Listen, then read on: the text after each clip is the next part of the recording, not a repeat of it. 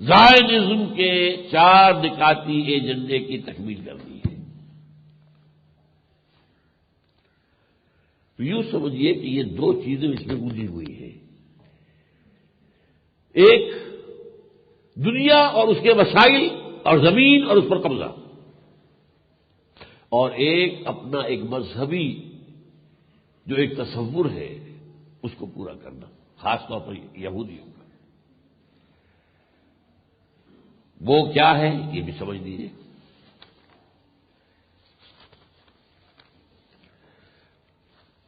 Number 1، ایک بہت بڑی جنگ ہونی چاہیے۔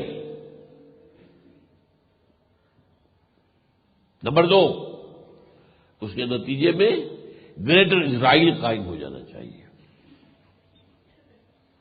یہودیوں کا خواب ہے، ان کی کینسٹ پر باہر اس کی دیوار کے اوپر، دروازے کے اوپر، صدر دروازے کے اوپر نقشہ بنا ہوا ہے۔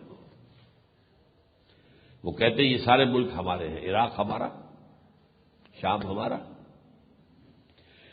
مصر کا جو شمالی علاقہ ہے، جو بہترین علاقہ ہے جوشن کا، جو ڈیلٹا ہے نائل کا ڈیلٹا، وہ ہمارا، سعودی عرب کا شمالی حصہ ہمارا، مدینہ بھی ہمارا، خیبر بھی ہمارا، ترکی کا بھی ایک حصہ ہمارا، یہ سارے حصے ہمارے ہیں، اور ان سب پر مشتمل گریٹر اسرائیل قائم ہوگا۔ یہ the protocols of the elders of the Zion 1798 میں ان کا نقشہ بنا ہے۔ وجہ کیا ہے؟ وہ عراق میں رہے تھے جبکہ نبوکدنصر لے گیا تھا ان کو قیدی بنا کر، ہم رہے تھے عراق میں۔ ہم مصر میں رہے تھے جبکہ ہمارے حضرت یوسف علیہ السلام کے زمانے میں اور حضرت یعقوب اور ان کی ساری اولاد جا کر آباد ہوئی، اور پھر وہاں ہم پر جو ہے بہت زیادہ جو ہے پرسیکیوشن ہوئی ہے، پھر ہم وہاں سے آئے ہیں حضرت موسیٰ علیہ السلام کے ذریعے سے آزادی پا کر۔ عرب میں، مدینے میں، خیبر میں ہماری بستیاں تھیں جو ختم کی ہے محمد صلی اللہ علیہ وسلم۔ جہاں جہاں بھی ہم رہے ہیں وہ ہمارا ہے۔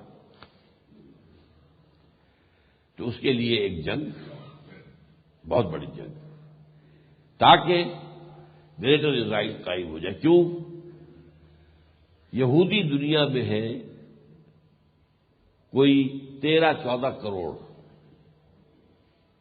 ابھی وہ آئے ہیں جو اسرائیل ان کی حکومت بنی ہے تو کوئی 35 لاکھ، 3.5 ملین، باقی سب کو لانا ہے، سب کو جمع کرنا ہے۔ قرآن مجید میں اشارہ موجود ہے سورہ بنی اسرائیل میں، فَإِذَا جَاءَ وَعْدُ الْآخِرَةِ جِئْنَا بِكُمْ لَفِيفًا، تمہیں لپیٹ لپیٹ کرنے آئیں گے۔ ارض فلسطین میں انہیں آنا ہے۔ نمبر 3، یہ جو مسجد اقصی بنی ہوئی ہے اور قبۃ الصخرہ، یہ ہمیں گرانا ہے، کیونکہ یہیں پر ہمارا کعبہ تھا کبھی، جو حضرت سلیمان نے مسجد بنائی تھی، معبد بنایا تھا، جسے یہ کہتے ہیں کنگ سولمنز ٹیمپل، 1000 قبل مسیح کے اندر اس کو بنایا تھا، ہیکل سلیمانی، بہت بڑی عمارت تھی، جو یہودیوں کے لیے وہی کچھ ہے جو ہمارے لیے خانہ کعبہ ہے۔ 587 قبل مسیح میں نبوکدنصر نے اسے ختم کیا، گرا دیا۔ تقریباً 100 سال کے بعد جو ایرانی شہنشاہ سائرس تھا، اس کی مہربانی سے انہیں واپس جا کر اپنا وہ دوبارہ جو ہے ٹیمپل انہیں بنانے کی اجازت مل گئی۔ 70 عیسوی میں اسے دوبارہ ایک رومی جنرل نے گرا دیا۔ 70 عیسوی سے آج 2009 عیسوی تک وہ گرا پڑا ہے۔ آپ سوچئے ان کے دلوں کے حال کیا ہے، ایک ایک دن بھاری ہے ان پر۔ 67 سے یروشلم ان کے قبضے میں ہے، پہلے تو قبضہ ان کا نہیں تھا، 1967 کی جنگ کے بعد سے تو قبضے میں ہے نا۔ وہ بنانا چاہتے ہیں اپنا ٹیمپل، اس کا سارا سامان تیار ہو چکا ہے، اس کے لیے نہ معلوم کیا کیا کچھ سامان تیار کر کے رکھا ہوا ہے، لیکن اس کے لیے ظاہر بات ہے یہ ہے کہاں. یہ اصل میں یہ بھی سمجھ لیجئے یہ ایک مستطیل سا رقبہ ہے، ایک پہاڑی ہے ذرا اٹھی ہوئی، لیکن پہاڑی کے اوپر جو ہے وہ بجائے ایک چوٹی وغیرہ کے ایک میدان ہے ریکٹینگولر، ساؤتھ نارتھ میں لمبا ہے، ایسٹ ویسٹ میں کم ہے، ایک مستطیل. اس کو کہتے ہیں ٹیمپل ماؤنٹ. ماؤنٹ پہاڑی، ماؤنٹ ایوریسٹ. یہ ماؤنٹ جو ہے یہاں تھا ہمارا جو ہیکل سلیمانی تھا. وہاں پر کیا ہوا جب وہ ٹائٹس نے گرا دیا اور یہودیوں کو یہاں سے نکال دیا، 200-300 سال کے بعد پھر ہیڈریان نے اس شہر کو دوبارہ آباد کیا، اور نہ بالکل ایک آدمی نہیں رہا تھا وہ. اس کا نام ایلیا رکھا، اور وہاں پر جو ہے بعد میں جبکہ رومی جو ہے وہ عیسائی ہو گئے، انہوں نے وہاں پہ گرجا بنا لیا. جب حضور تشریف لائے صلی اللہ علیہ وسلم، حضرت عمر کے زمانے میں یروشلم فتح ہو گیا مسلمانوں کے ہاتھوں. اب وہاں پر ایک جگہ پر جہاں حضرت عمر نے نماز پڑھی، حضرت عمر کا وقت ہو گیا تھا، وہ دورہ کر رہے تھے قبضہ لینے کے بعد، یروشلم کا قبضہ لینے کے بعد، تو نماز کا وقت ہو گیا. حضرت عمر نے فرمایا مجھے نماز پڑھنی ہے. وہ عیسائیوں کا پڑھ لیجیے یہی ہمارے گرجا بھی. کہ نہیں، اگر میں نے یہاں نماز پڑھی تو مسلمان پھر اسے مسجد بنا لیں گے، تمہارا یہ گرجا جو ہے پھر گرجا نہیں رہے گا. باہر جا کر آپ نے ایک جگہ نماز پڑھی، اس جگہ مسجد اقصی بنی ہوئی ہے، اور اسی میں ایک پتھر ہے صخرہ. صخرہ چٹان کو کہتے ہیں. حضور کا جب سفر شروع ہوا معراج کا، اس چٹان سے ہوا ہے. معراج کا ایک حصہ ہے زمینی، مکے سے یروشلم تک. سبحان الذی اسری بعبدہ لیلا من المسجد الحرام الی المسجد الاقصی. وہاں سے آسمانی سفر شروع ہوا، اس چٹان سے. اس چٹان پر پھر عبد الملک بن مروان جو بنو امیہ کا بہت بڑا خلیفہ تھا، بہت بڑا خلیفہ تھا، عالم بھی تھا، اس نے یہ ڈوم بنا دیا. یہ جب بھی آپ کبھی دیکھتے ہیں نقشے کے اندر یا ٹی وی پر تو یہ بڑی ڈوم جو ہے سنہری، یہ وہ قبۃ الصخرہ، یہ مسجد اقصی نہیں ہے. مسجد اقصی نیچے ہے، اس کا بھی ڈوم ہے لیکن چھوٹا ہے. یہ جا کر آپ دیکھیں گے اس تصویر میں جو آپ کو دی گئی ہے. لیکن یہ اس جو ٹیمپل ماؤنٹ پر یہ دو اسٹرکچر مسلمانوں کے ہیں. اس کو گرائیں گے تبھی تو ٹیمپل بنے گا نا. اس کو گرا کر ٹیمپل بنائیں گے، اور ٹیمپل میں لا کر حضرت داؤد علیہ السلام کا تخت رکھیں گے. اب آپ سوچ رہے ہوئے کہ کہاں سے آ جائے گا تخت؟ حضرت داؤد تو آج سے 3000 سال پہلے کی شخصیت ہے. ان کا تخت کہاں ہے؟ اس کی تاریخ بھی یہی رسالے ہیں. یہ ٹرمپٹ فلڈلفیا اسی سے معلوم ہوا مجھے. اصل میں حضرت داؤد کو جب تاج پہنایا گیا، بادشاہ بنے، جو انہوں نے جنگ جیتی تھی، اور جس کو وہ دشمن آیا تھا گولیات جالوت، اس کو قتل کیا تھا، انہیں بادشاہ بنایا گیا.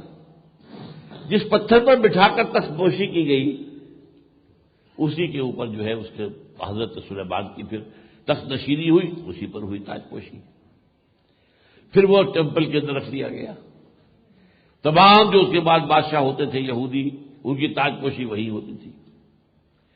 ٹائٹس نے جب 70 عیسوی میں گرا دیا ٹیمپل، وہ اس کو لے گیا ساتھ. ٹائٹس کے ذریعے یہ پہنچا روم، روم سے گیا آئرلینڈ. آئرلینڈ بھی بہت بڑا رومن کیتھولک ملک ہے، آپ کو معلوم ہے. وہاں سے آیا اسکاٹ لینڈ، وہاں سے آ گیا انگلینڈ. انگلینڈ والوں نے یہ 14ویں صدی عیسوی میں انگلینڈ میں آیا ہے، انہوں نے اس کو ایک کرسی کی سیٹ کے اندر لگا کر تخت بنا دیا، اور وہ اب بھی ویسٹ منسٹر ایبے میں رکھا ہوا ہے. یعنی انگریزوں کی پارلیمنٹ کے ساتھ جو ان کا چرچ ہے، وہاں پر وہ موجود ہے تخت داؤد. اور اسی پر انگریز بادشاہ ہو یا کوئن ہو، تاج پوشی جب بھی ہوگی، کورونیشن ہوگی، اس پتھر پر بیٹھ کر ہوگی. This is the history of the throne of David. جب تھرون آف ڈیوڈ لا کے رکھا جائے گا تو ظاہر بات ہے کہ پھر اب آگے جو ہے معاملہ مختلف ہو جائے گا۔ عیسائی کہتے ہیں کہ ہمارا جو مسیح جسے ہم خدا کا بیٹا سمجھتے ہیں، مسیح عیسیٰ ابن مریم، وہ زمین پر آئیں گے اور اس تخت پر بیٹھ کر پوری دنیا پر حکومت کریں گے۔ اور یہودی کہتے ہیں ہمارا مسیح آئے گا۔ اصل میں یہ بھی سمجھ لیجئے، یہ بھی بات وہ ہے جو بڑی بنیادی ہے، لیکن ہمارے پاس معلومات نہیں ہے۔ یہودیوں پر جب بہت برے دن آ رہے تھے، نبوکدنضر کے ہاتھوں آئے، اسیرینز کے ہاتھوں آئے، تو بہت سے نبی جو تھے بنی اسرائیل کے، انہوں نے پیشین گوئیاں کی تھی کہ اللہ تعالیٰ تمہارے لیے ایک مسیح بھیجے گا جو تمہارے لیے دلندر دور کر دے گا، تمہاری دنیا کے اندر تمہارا پھر عزت کا مقام تمہیں دلوا دے گا۔ وہ پیشین گوئیاں سچی ثابت ہوئی، حضرت مسیح کو اللہ نے بھیج دیا، لیکن یہودیوں نے مانا نہیں۔ انہیں کہا کہ ولد الزنا ہے، حضرت مریم پر تہمت لگائی، زنا کی، معاذ اللہ ثم معاذ اللہ، جادوگر ہے، کافر ہے، مشرک ہے، واجب القتل ہے۔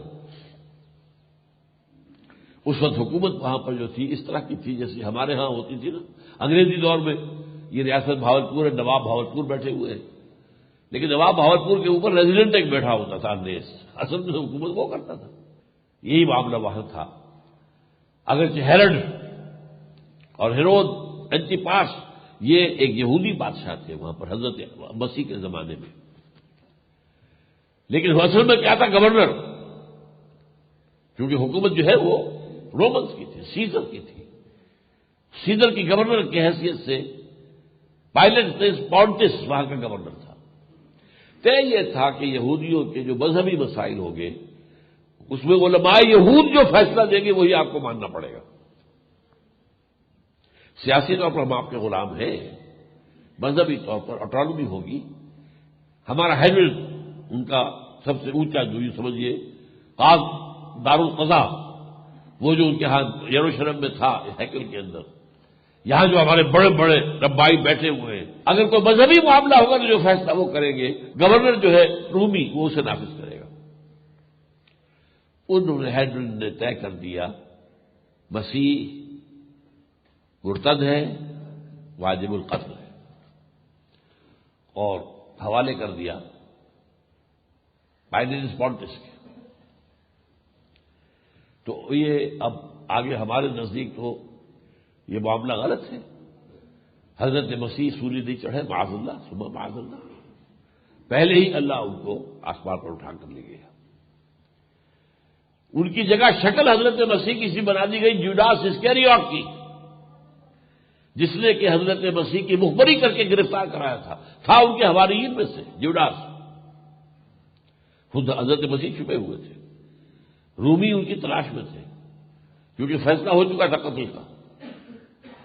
اس نے مخبری کی 30 اشرفیوں کے لے کر، اس کی شکل اللہ نے بنا دی حضرت مسیح کی۔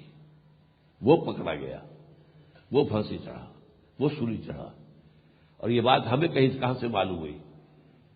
قرآن میں نہیں ہے۔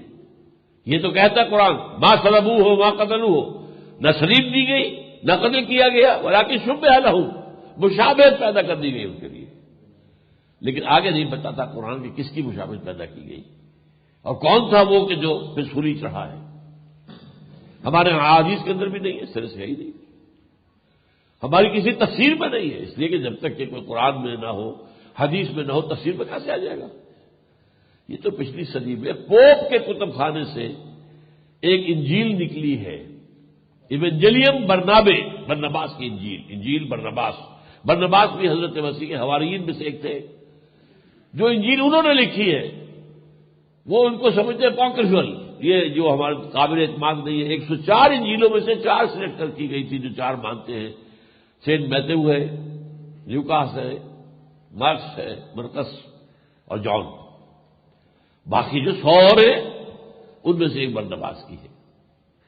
اس میں انہوں نے صاف لکھا ہے کہ جہاں حضرت مسیح علیہ السلام روپوش تھے ایک باغ کے اندر، وہاں ایک کوٹڑی تھی، تو لاسٹ سپر جو لیا ہے، یہ مشہور ہے ان کا، حضرت مسیح نے آخری کھانا کھایا اپنے ساتھیوں کے ساتھ اور کہہ دیا tonight one of you will بیٹرے می، آج کی رات تم میں سے ایک میرے ساتھ غداری کرے گا۔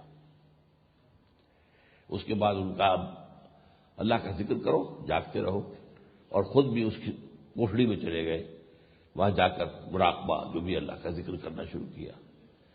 یہاں سے یہ نکل کر بھاگا ہے جوڈاس اسکریوٹ، رومیوں کے پاس گیا ہے، میں پکڑوا دیتا ہوں تمہیں مسیح کو، لہذا وہ وہاں سے فوجی لے کر آیا ہے، انہیں کھڑا کر دیا باہر کہ پہلے میں اندر داخل ہوں گا، تھوڑی دیر میں تم آنا، جس کو میں کہوں اے میرے استاد بس پکڑ لینا وہی مسیح ہے۔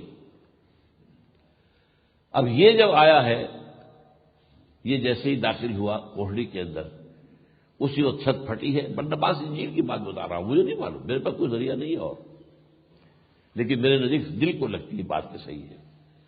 چھت پھٹی ہے، 4 فرشتے اترے، حضرت مسیح کو لے کر گئے، اس کی شکل بدل دی گئی۔ اب یہ بھچکا سا ہو کر باہر نکلا، اب اسے کیا پتا میری شکل بدل دی گئی؟ آپ کی شکل کو بدل دے تو آپ کو کیسے پتا چلے گا جب تک یہ آئینہ نہیں دیکھیں گے آپ؟ اسے نہیں پتا کہ اس کی شکل بدل دی گئی ہے۔ باہر نکلا، اتنے میں وہ دوسرے جو حوارین تھے وہ بھی جاگ گئے، سو گئے تھے۔ اے ہمارے استاد، ادھر سے آ گئے رومی، پکڑ لیا انہوں نے اسی کو۔ وہ ہے جو سولی چڑھا ہے، اور سولی چڑھنا ہی چاہیے تھا۔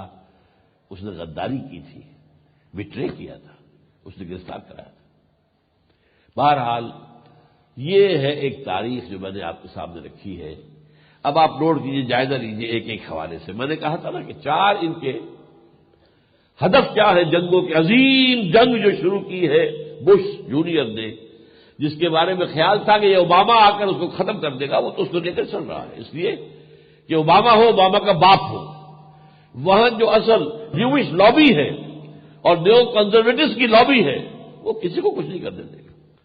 اس نے تو اپنا چیف جو ہے بنایا ہے، وائٹ ہاؤس کا چیف آف سٹاف ایک یہودی کو، راہم ایمانوئل، وہ تو ہے، اور بہت ایک بڑے یعنی دہشت گرد خاندان سے تعلق رکھنے والا آدمی ہے، جس نے کہ عربوں کے خلاف بڑی دہشت گردی کی ہے، قتل عام لوگوں کے کیے۔ وہ ہے جو is the chief of the staff of the White house.